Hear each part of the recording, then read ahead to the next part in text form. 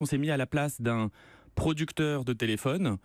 Quelqu'un, un Samsung, un Huawei, n'importe quelle compagnie qui veut produire un téléphone, il doit mettre un logiciel d'exploitation dedans. Apple va pas lui donner son logiciel parce que Apple construit en intégralité tout seul ses téléphones, à la fois l'appareil et le système d'exploitation. Et donc, le producteur de téléphone, il peut que aller voir Android. Avant, il y avait Windows, mais ils sont sortis du marché. Et surtout, quelque chose de très important qu'on n'a peut-être pas assez mis en avant, c'est que Android, Google par Android, empêche en quelque sorte de nouveaux systèmes d'exploitation de se créer. Vous dites qu'il a empêché des fabricants d'utiliser une autre version non approuvée par elle. Exactement. C'est ça aussi le problème. Ce que disait Android, c'est que, ou Google via Android, il disait aux fabricants de portables, si vous voulez utiliser un autre type Android, parce que c'est Android, c'est un logiciel open source, donc il y avait d'autres versions qui pouvaient être utilisées.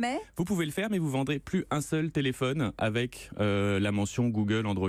Et donc évidemment, pour un producteur, c'était abandonner un énorme marché pour un petit marché qui était en construction. Et en fait, c'est pas que théorique, puisqu'en pratique, Amazon a essayé de faire ça. Ils ont essayé de lancer leur propre logiciel d'exploitation en utilisant une version dérivée d'Android, et ils n'ont pas trouvé de producteur qui acceptait d'abandonner Google pour eux, et ça c'est vraiment empêcher la concurrence, et c'est le rôle de la commission de s'assurer que ce type de pratique n'existe pas, parce qu'en fait au final ça veut dire que les consommateurs ils sont obligés d'acheter un seul type de téléphone.